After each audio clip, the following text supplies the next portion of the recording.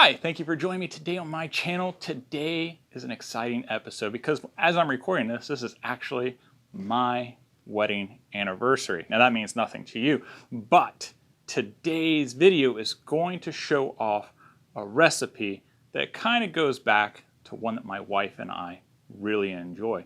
And we're going to show you how to make those recipes using an original artifact. This camp oven right next to me. I haven't shown it yet. I've had it for a little while, and I was trying to come up with different ways of making videos about it, but I guess I just needed the right time and the right reason to do it.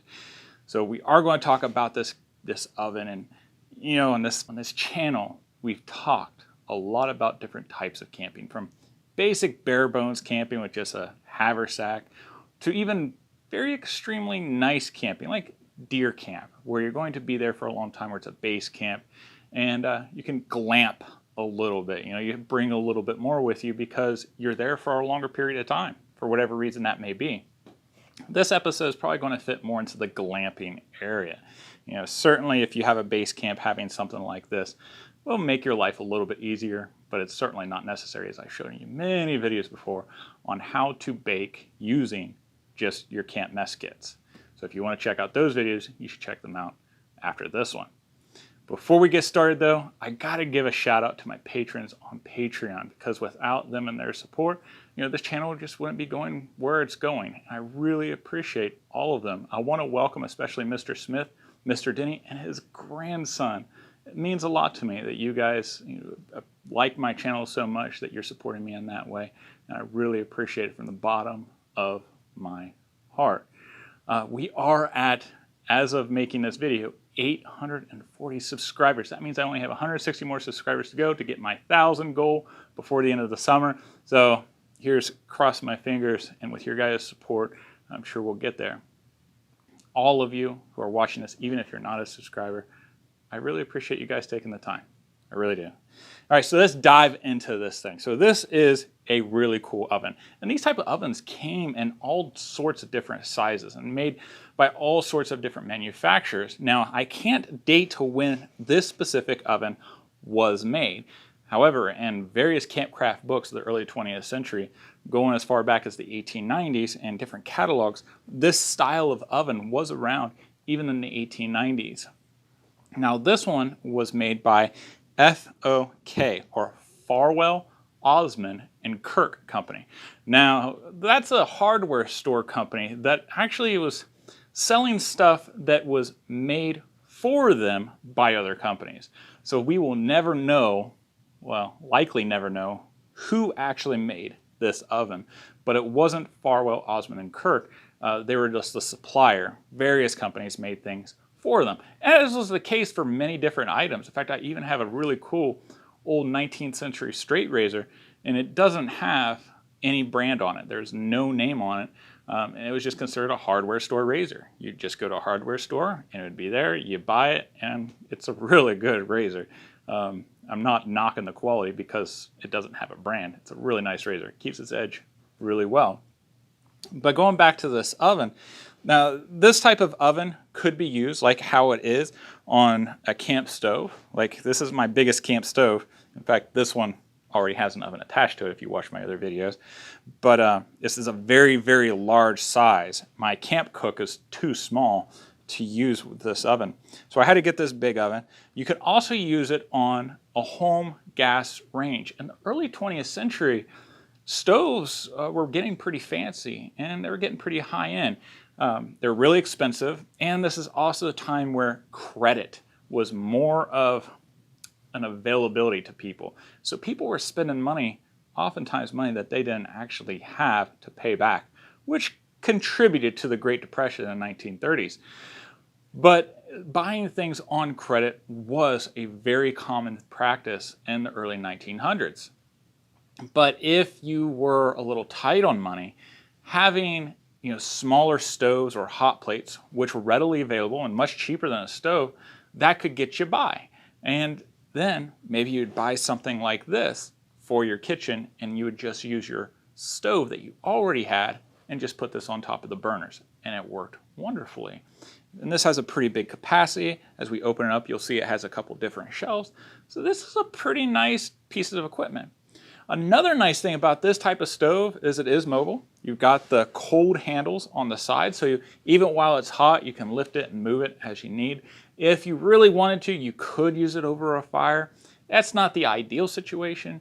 If you try to use coals, it's going to be very difficult to constantly replenish those coals as they die out. So you probably have to have it lifted up and have coals underneath in an opening as you're constantly feeding the coals. I wouldn't suggest using an open flame fire for this type of oven though. So these are the different ways that you could use the oven. If you had a wood stove, then you could also put it on top of a wood stove and you have the oven capacity. Now, going back to the Boy Scout side of things and vintage camping side of things, in the early 20th century, it was not uncommon, especially since this is the vibrant golden age of outdoor youth programming, would be Girl Scouts, Boy Scouts, Fireside Girls, and all those different organizations, YMCA. They were very popular. And when you had different groups that had enough size, enough members, often they would go out and they would have their own summer camps. And often they would even hire a cook for the week of their summer camp. There's a book on my website by Edward Cave, and it talks about how to prepare for a week-long camp with a youth group, specifically Boy Scouts, but any youth group could use it. So if you're unfamiliar with my website, you should check that out after you watch this video. It's on www.honorableoutfitters.com, and on there I have historical articles. I'll actually have the recipes that I'm using for today's video on there and a write-up of this stove. Don't have a whole lot of information, but I'll put a little bit of something out there with some extra pictures and stuff so you can check out the oven from different angles and close-ups. But again, it's www.honorableoutfitters.com. Check that out. All right, so let's take a look at this oven and its pretty nice features. You can actually buy camp ovens, very much like this, and ones that even fold down by like Coleman. Coleman ovens are still available. You can go actually to my website, you'll see a link on there for one, but they're a little bit smaller than this. So if you have a big family or a big group, having something this size is pretty nice. But a big thing, a selling point for this oven was the glass, because ovens in your home in the early 1900s, they didn't have glass. So being able to peek in, you'd let out all that hot air. So one of the selling points for this oven is all you have to do is just peek in and see how well your baked goods is going, because there is no temperature gauge on this. So it's very much affected by the environment. It's affected by how hot your stove below is heating up, things like that. But this is pretty nice. You got your wires here that holds the oven open. You have different areas where you can move the racks for higher and lower. In fact,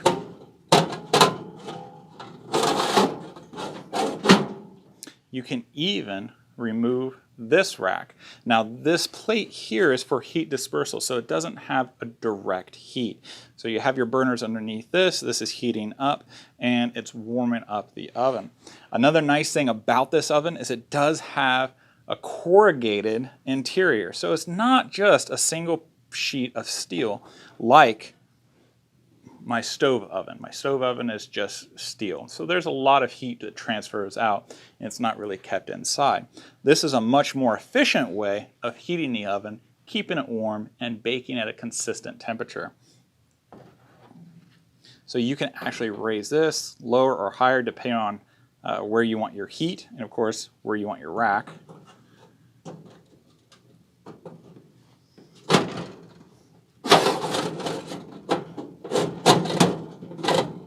Put that back in there and close this up, and you have the cool touch handles on the bottom of it. Again, you can see where it's resting. Now the stove or whatever apparatus that you want to use to heat this thing, you do have options to make sure it doesn't swallow up. My camp cook oven, or my camp cook stove, is pretty much exactly this size here. So when I used my camp cook and tried to use it as soon as I got this thing, it just swallowed it. Couldn't use it.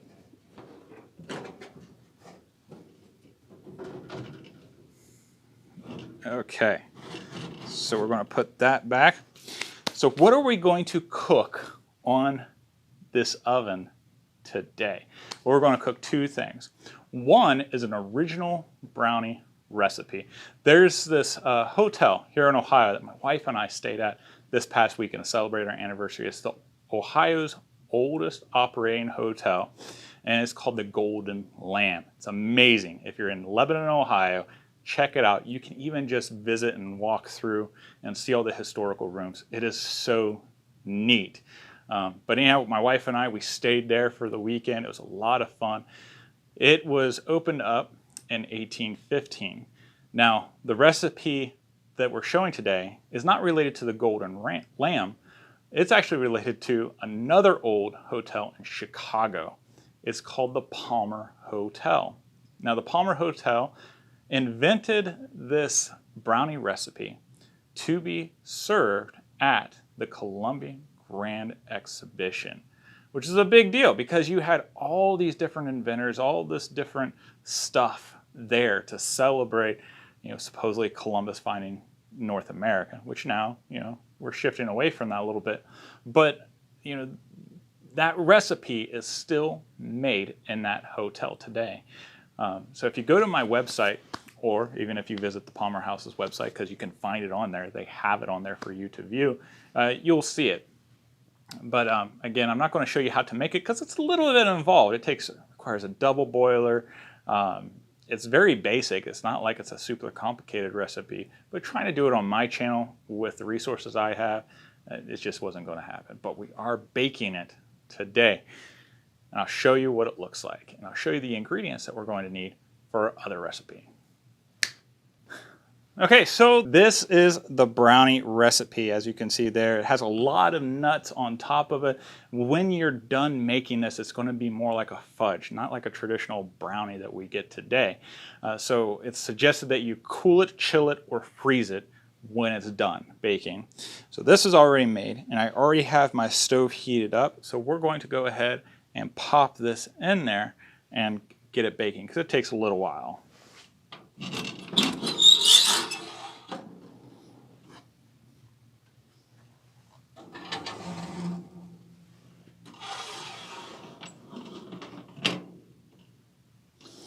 Isn't that nice? You can already see the logo and all that. So this next recipe is not as old, but it has a little bit more appeal to me. It's not as old, but it does have an interesting story, which we don't know the founding of it, but I can tell you that it was first printed in the 1950s and it became really popular in the 1960s, and that's called a dump cake. So when you go camping, you don't need to have this oven. You can actually do this in a Dutch oven. You gotta be careful because it does have a tendency to burn in a Dutch oven if you're not familiar with how to use it.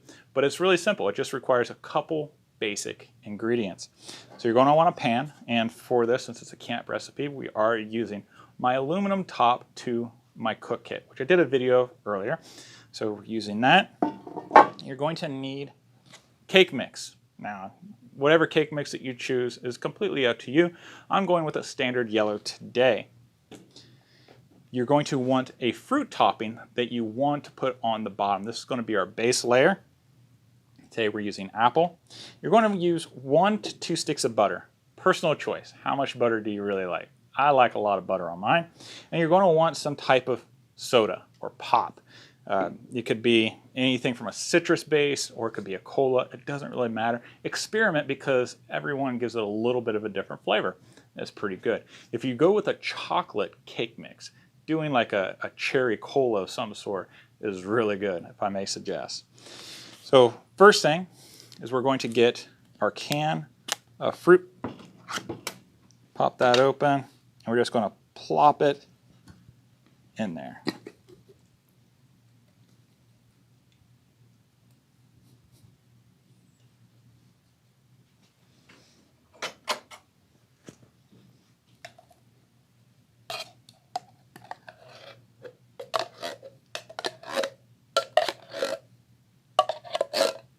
This is one of my wife's favorite desserts.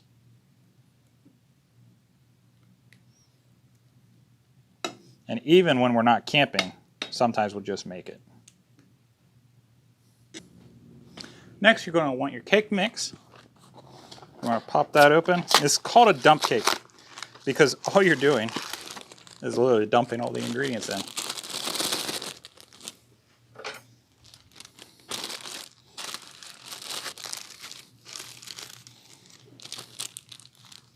You're going to spread that evenly.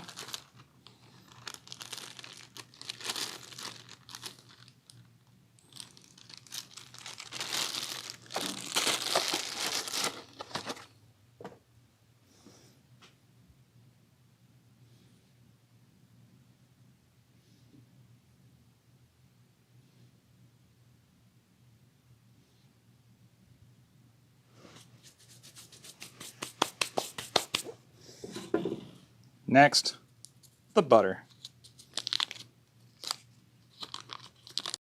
You're going to cut them into pats, about roughly a 1/4 inch, well, not even quite a 1/4 inch, about an 1/8 inch thick. You're going to put it all the way around the top of your mix. Now, if you use salted butter, unsalted butter, personal choice, I'm using salted butter. This is a long-standing Scout tradition in the troops that I've been involved with. It's really easy for Scouts to do and learn. And like I said earlier about burning it in a cast iron camp oven,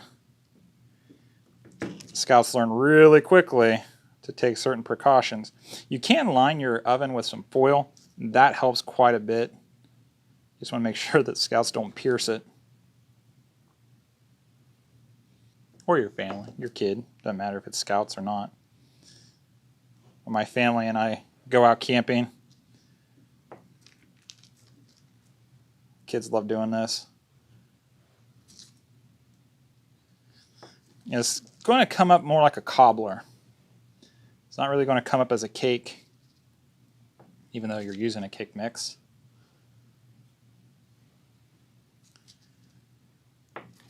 All right, 2 more.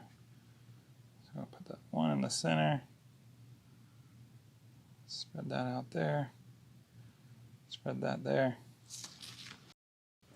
Okay, now for this, I generally use a citrus-based soda. You want to do this very slow. And you don't have to use the whole can either.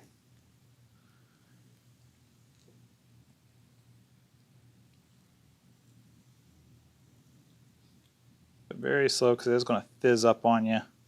And you don't want it to go too far over. There we go. Now we're going to open this up. And we're going to put this in.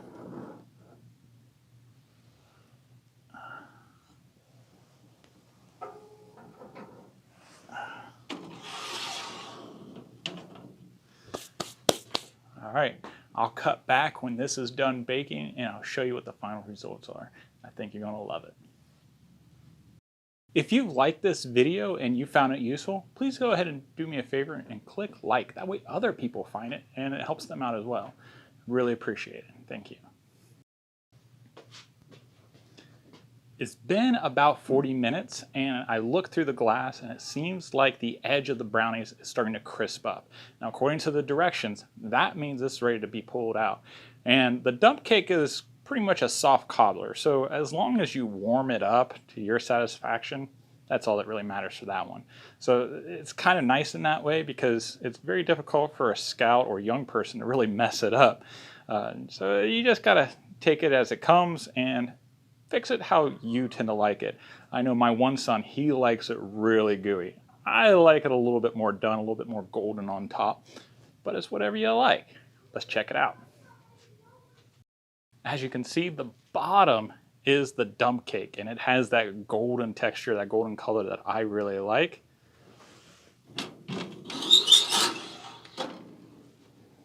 if we pop it open here, and I need to go get my gloves.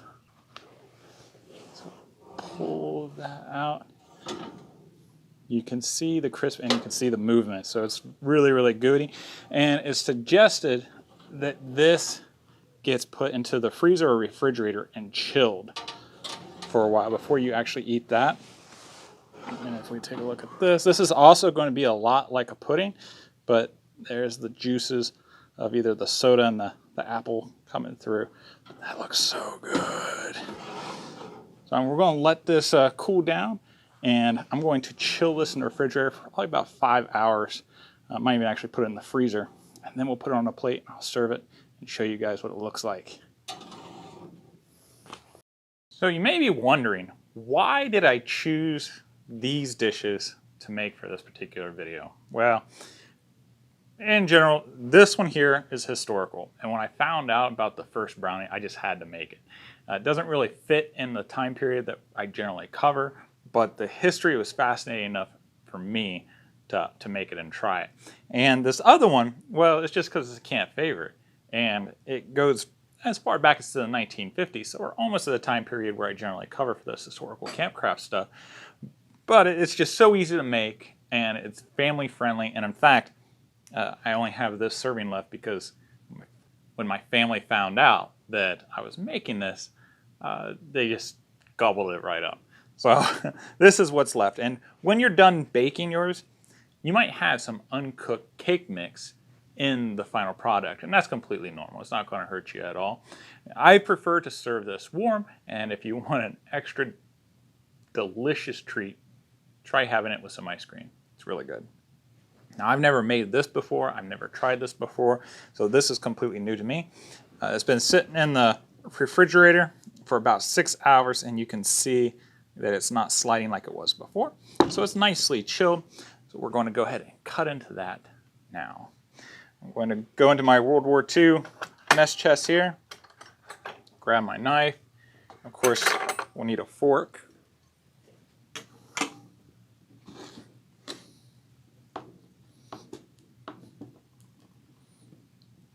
It's surprisingly stiff to cut.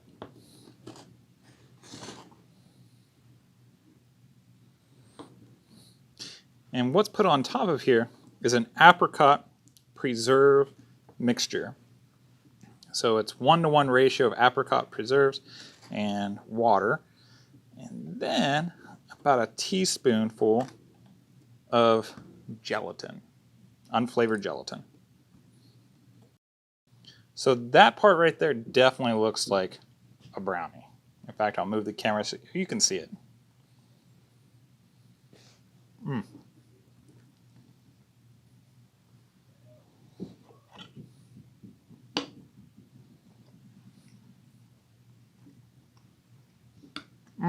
That first bite tastes amazing. So I'll zoom in and show you.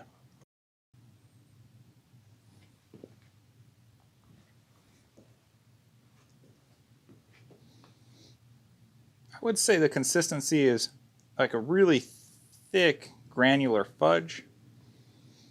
If we took a look at this piece here, that definitely looks more like a brownie, like if you make a box mix.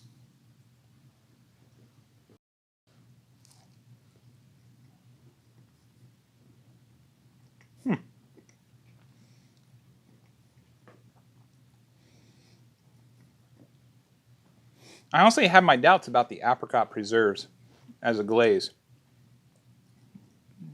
but it adds a lot. It's really good.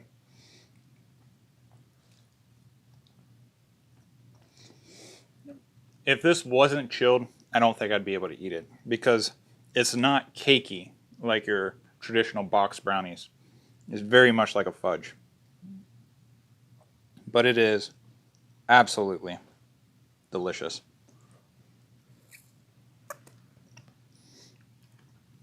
Take a bite of this dump cake.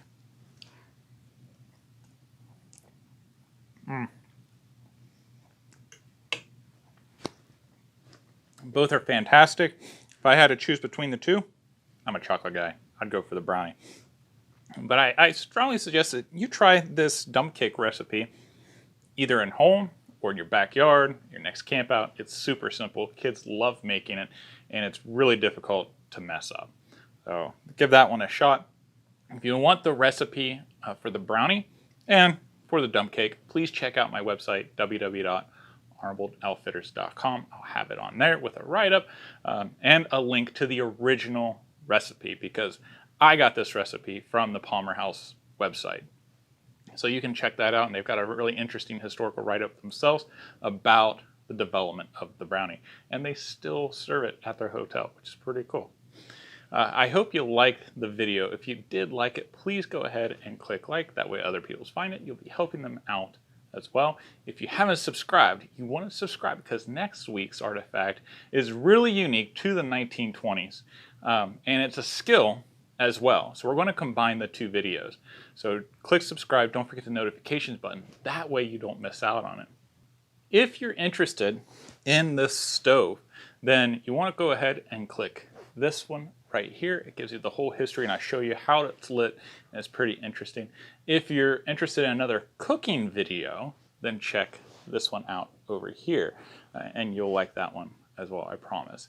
I hope you guys have a wonderful week. Give a kiss and hug to your loved ones, and I'll see you guys next time.